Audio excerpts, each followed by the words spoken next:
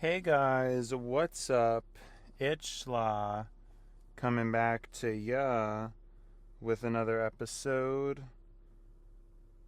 of Car Rides with Law, and we're a little bit late getting slipping out of here later than I would have liked, but we're moving. So yeah, it's kind of disappointing. Traffic seems a little bit crazy today, but I wouldn't say it seems like too crazy. But definitely like crazier than yesterday, I would say, for like sure. Yeah, a little bit annoying there. I was having a bit of a hiccup with the connection, so we missed about like 15 seconds we could have gotten out of there. Try to be good with this stuff, but it's a shame. Just the timing, getting everything ready, just a little bit off, a little more rushed than I would have liked today. So, yep, I don't know, that's all I really have to say about that, honestly. As for the day, pretty uneventful, went by fairly fast, as has been the trajectory of things. And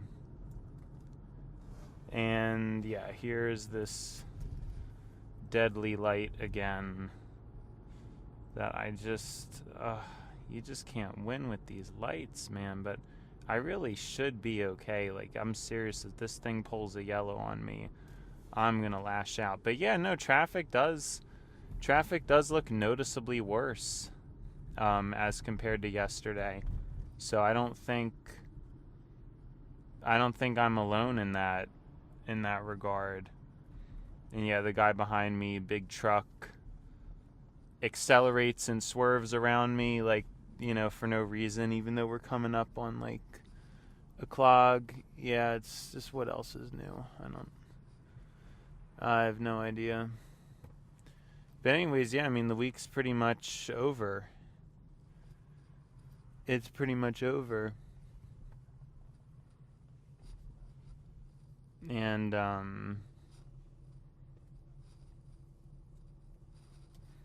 yeah, I just don't know.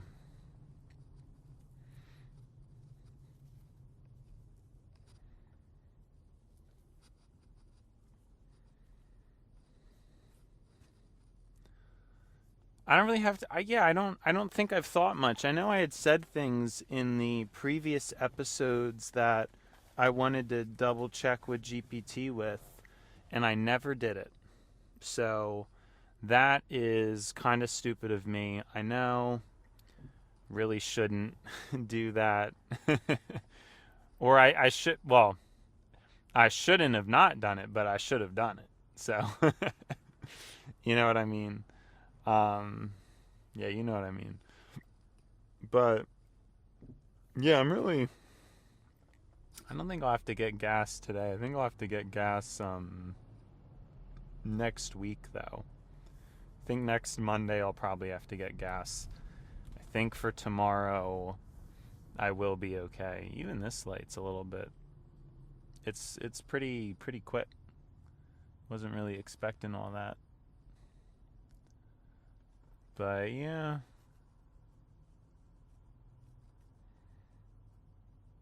I don't really know. Don't really know what I've been thinking about, really. It's just the show's over. No, but both I actually do. Yeah, that's weird because this morning we really are following that trend of like the morning episode has been great. I think the late shifts, they really give me a lot more time to process things. Like, it's not, I don't know, these, when I come home early, it almost, like, the day feels like too short. I don't know. So I kind of think for the show it has like a different thing. And I've also noticed too, it kind of takes me a little bit before the way my brain works, I think, is things are spontaneous, and usually I have to find something to talk about. Like something is not always just there to talk about. You know, a lot of times I have to find it, right? Like I can't just go right off the bat. Like it takes me a little while of just rambling before like eventually I'll start talking about something. That is what happened this morning, and I don't know if it was yesterday night or yesterday morning. But both times I did end up talking about something. But for some reason I've really felt this speaker's block. I've talked about voice block. Yo, I also still never even listened to these these recordings may be in the toilet. You know what I'm saying? Like for all I know, that's where these recordings could be. I mean, I don't know. It's a little bit risky. I think it's a little bit risky. But it is what it is, you know. Actually, I don't know how it turned out. Well, I mean, we'll see how it compares to yesterday, but I actually think pretty similar to yesterday, or maybe even a little bit quicker. What do we think about that? Okay, people plowing past me. What else is new? It's like craziness. I don't understand what we're doing, because there's of course, passing me on the right. Unless, let's see, hopefully maybe he was going right. Okay. I don't know why he decided to do that then, but sorry. Sometimes people just, ugh. That's what emotion it evokes. Ugh. You know. I think too there's something to driving where when you're in the traffic, like it's just so unconducive for like a conversation. It like stunts your ability to talk. You know what I mean? Like I don't know if it's the visual having an effect on the brain, but it's almost like the brain, at least in my case, like it matches the vibe. Like when you're stuck in a clog, it's like my brain is like in a clog, and it's like it's trying to get somewhere and it's not. And that's the other issue with these early days, and why like it's hard to speak during a traffic jam. Like the only time I was able to speak well during a traffic jam was when I was talking about like how I was transmuting it. But I don't really see that as very impressive, because that's just transmutation. I mean, it's impressive, but I don't really think it's that impressive like vocally, because you're just taking a negative situation and instead adding a bunch of fluff and positivity and trying to like artificially make it positive. That's not necessarily disproving my point about a traffic jam's ability to, you know, stunt and block the brain. You know what I mean? Because that's like my theory, is that when I'm able to drive and there's like flowing cars and there's clear, easy movement, I actually think that's conducive. It's conducive to a good thing. I don't really know how else to explain it. But there's something good that comes out of that. Does that make sense? I feel like it should make sense. It's like really, I don't know. I think it just makes like a ton of sense, honestly.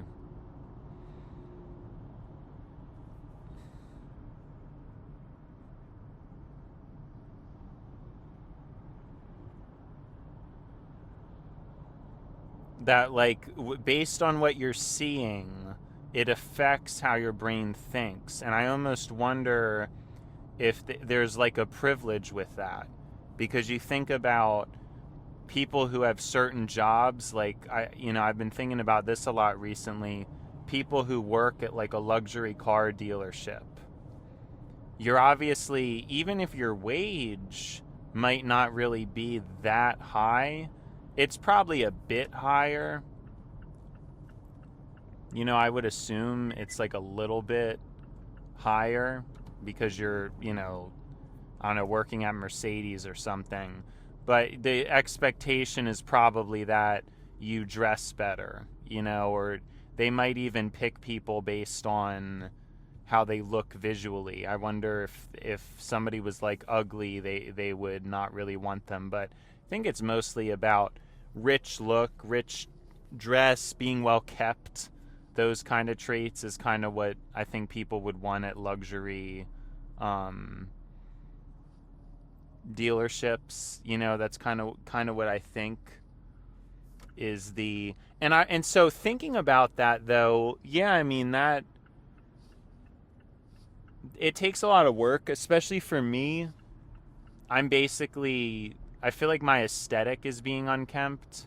Like it's literally, I know that sounds stupid. A lot of people are so aggressively judgmental of that, but I try to be confident about it. I mean, it just suits me so well. I don't want to look like all polished and trimmed up. I always thought it's such vanity. It's such a waste of money. I mean, I just don't like it. I've never been into it, and it's an unpopular opinion of mine because nobody agrees.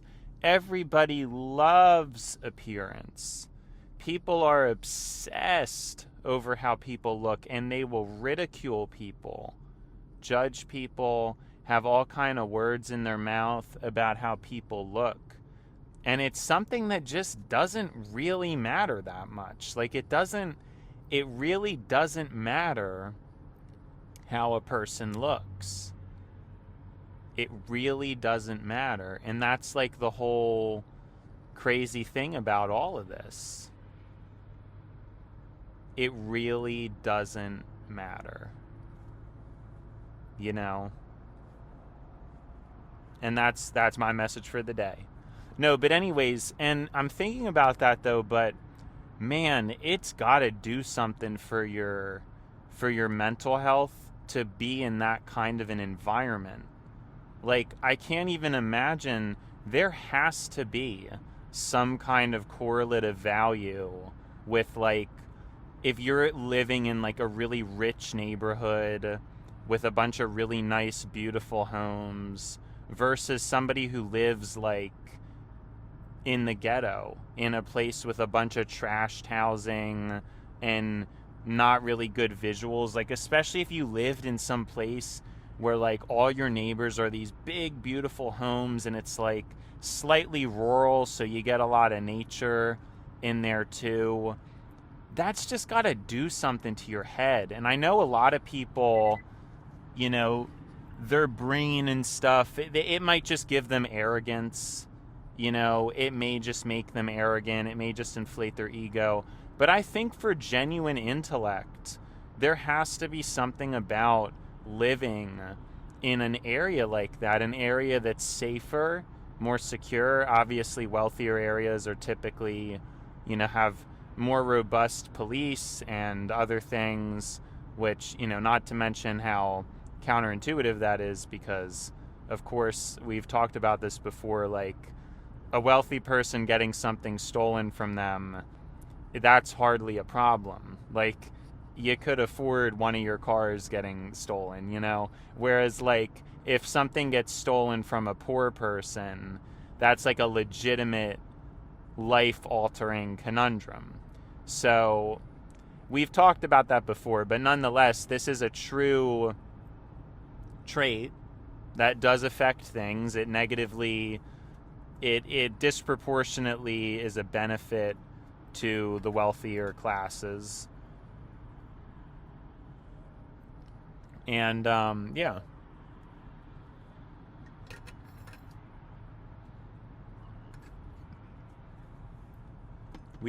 I think we've discussed this before, like, topics adjacent. It's really not fair. You actually need better police in the worse areas. I think it's probably true to some extent, but I think you get what I mean. I'm sure there are some areas that are in poverty that just inevitably have less police. I don't know, than like the nicer areas. And it's just not fair. It doesn't really make any sense because, again, rich people don't need as much protection. Like they could get robbed or stolen from, and it's like not a huge deal. But if a poor person gets stolen, like that's like a big thing. So we've talked about that a lot before, but you know, yeah, I just now what did that have to do with what we were talking about? Yeah, I'm not sure, but I'm trying to think.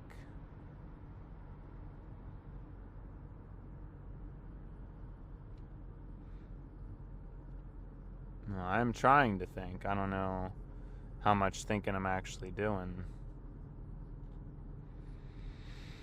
Where was I getting at with that? Where was I getting at with it? I just don't know.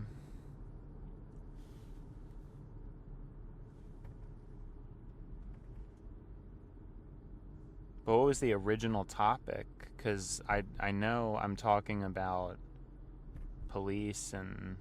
Oh, yeah, the visual... Like, I don't even the car you drive, like having like a luxurious, beautiful car to look at before you get in, the comfort, the, quieter interior. These things have to have some kind of an effect on a person. Like, if you have to drive like a rumbly, loud car that's like a cheap piece of junk, it makes like weird noises, it's the leather's frayed. I mean, these things have to like do something to a person.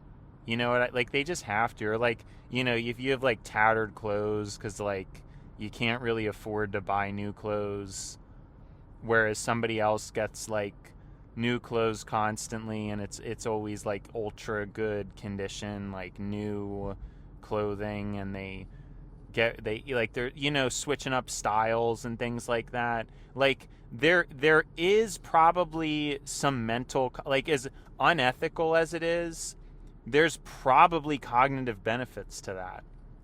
And I'm saying this a lot for GPT because this is another thing I'm going to reiterate.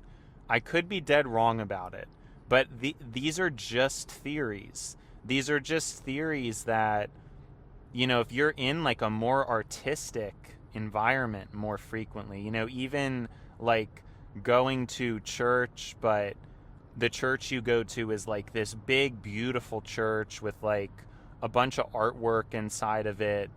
I even think as like a baby, being taken to church and seeing the stained glass, even though it's just like a once a week event, I remember that. And I just remember like staring at it.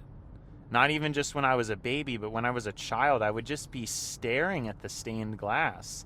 And so I'm very fortunate to, I believe that like my parents even took me to church just for that. Because I can remember for just such long stretches of time, I'd just be staring at that stained glass and it's something like I feel like a lot of adults, especially now, just ignore. Because a lot of art really gets ignored now because everything's so fast. Like, you're used to TikTok, so it's very quick. And, like, I don't know. You know what I mean? And so, like, art like that, but especially at the time, like, for a child's brain to see art, there's probably something important to that. And now that instead a child is not seeing art, it's just getting a phone, is kind of crazy. I mean, I even think what I was exposed to as a child, Pokemon Diamond and Pearl, and the art style associated with that, I think it had a positive shaping on like my mind and kind of my creative side, or kind of like because I think they're such beautiful games. They were such beautiful games. And so, yeah, even though it was a screen, it's a very word heavy and like artistic, pretty slow and simple thing. Now, when you get to like the later, especially the 3D Pokemon games, the art is basically gone. I mean, it's just not. I don't know. Like, it just doesn't. It reads less like a book, when there's like the 3D, and your mind's doing like a little bit less interpretation. I don't know how to explain it, but I feel like kids growing up with like all these 3D games, like there was such an art to sprites and sprite work, and it was actually more difficult to do than the 3D models. So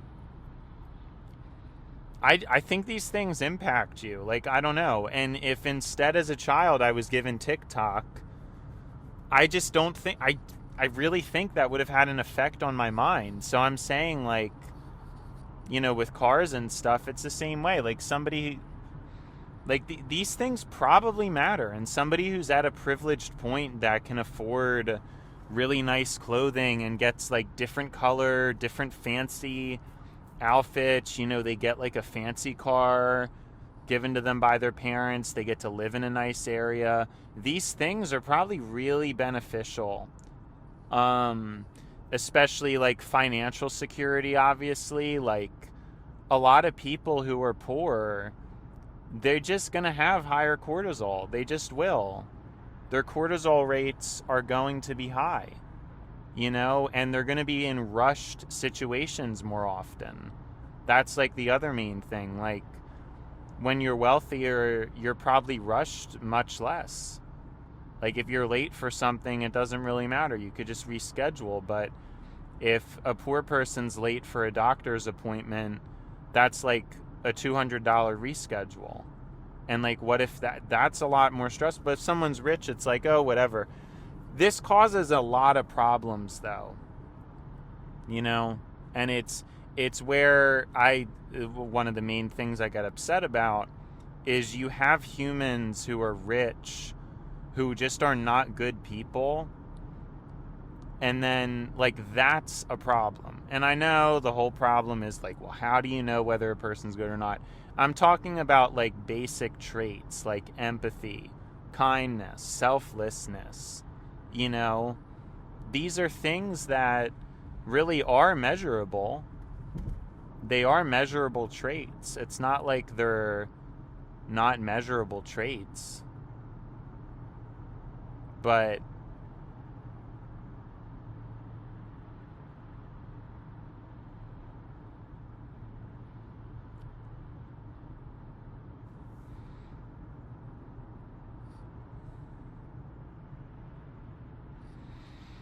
it's just not right to me at all. Like, I think, you should be given these opportunities based on how good of a person you are. And I think a lot of people just kind of low-key believe that loosely follows that. But I just don't think that's true.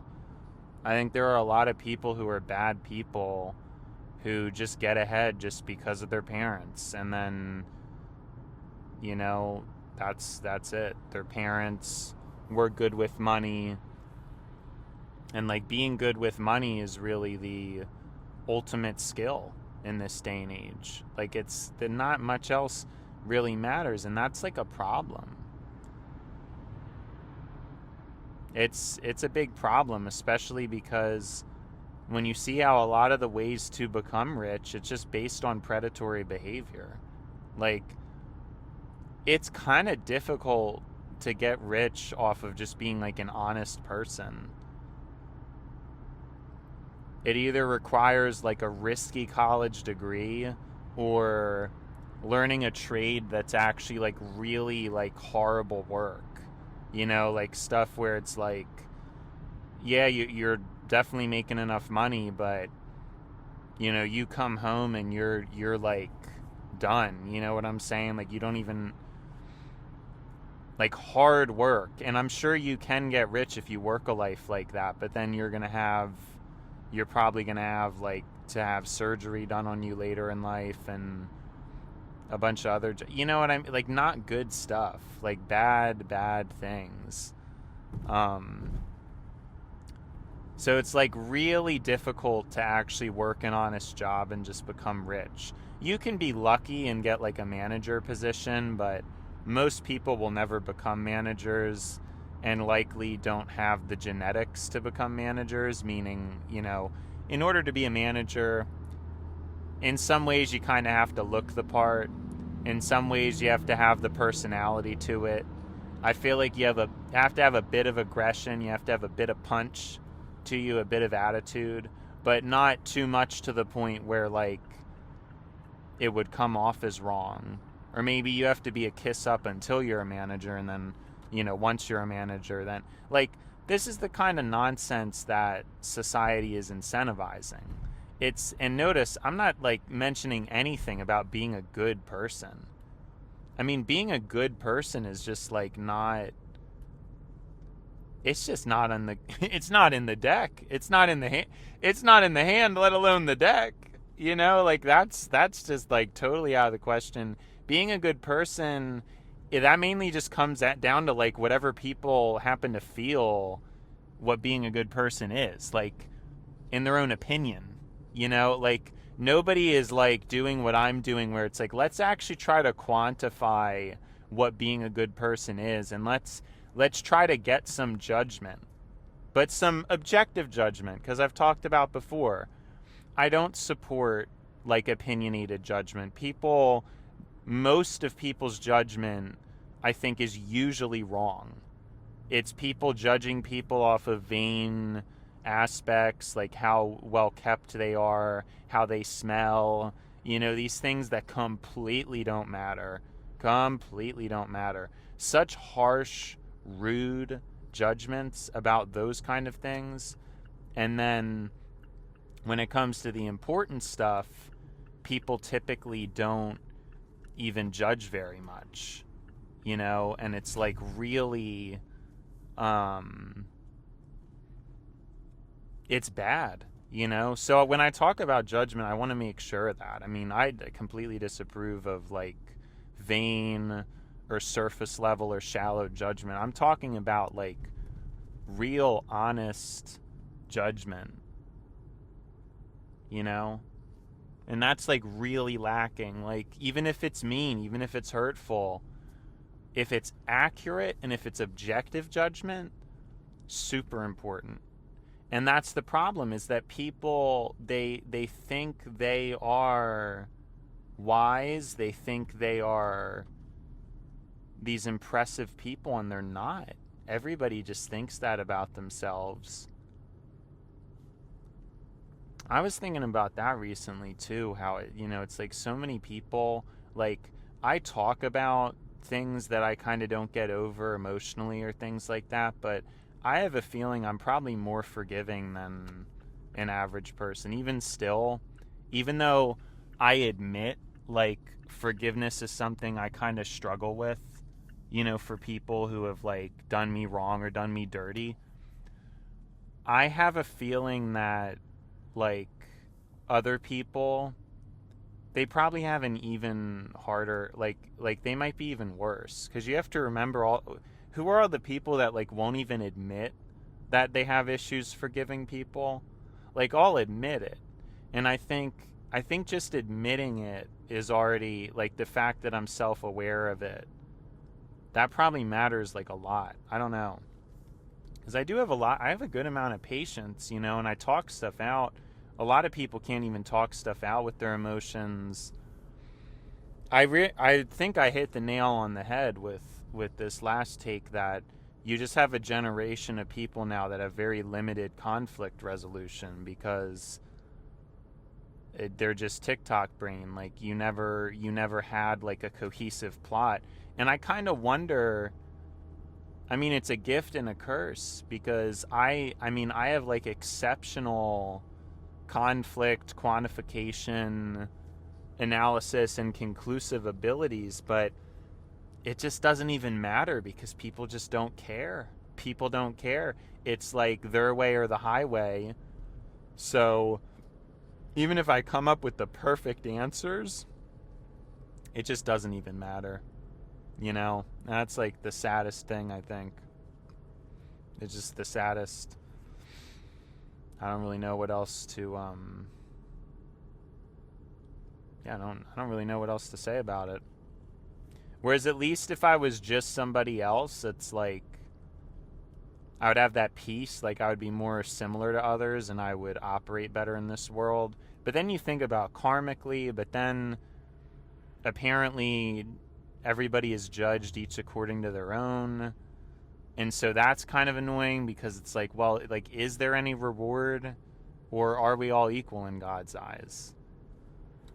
Like, am I really karmically better off because I try to be mindful, or am I like just the same as anybody else because, of their issues or whatever? I don't know.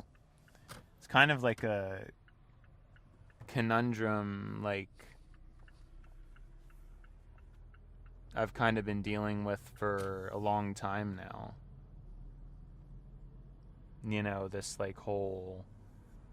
This whole thing, really. But yeah, it is what it is,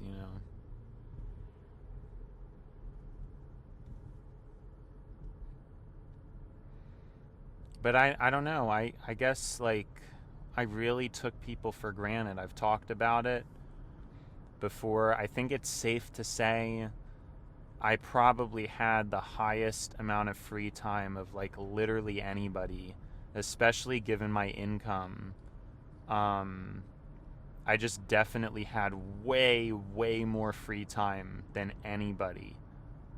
Like, it's weird. It's a weird thing to think about, but I must have been in the top, like, first percentile of free time. And it's a mixture of things. It's a mixture of genetics and I think neurological capabilities. I think it's a mixture of that.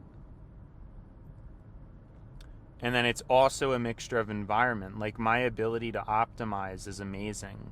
Time management, like optimizing dopamine, optimizing hedonistically, but also surface levelly. Like, I didn't take any notes in school. I didn't study at all, but I still passed easily.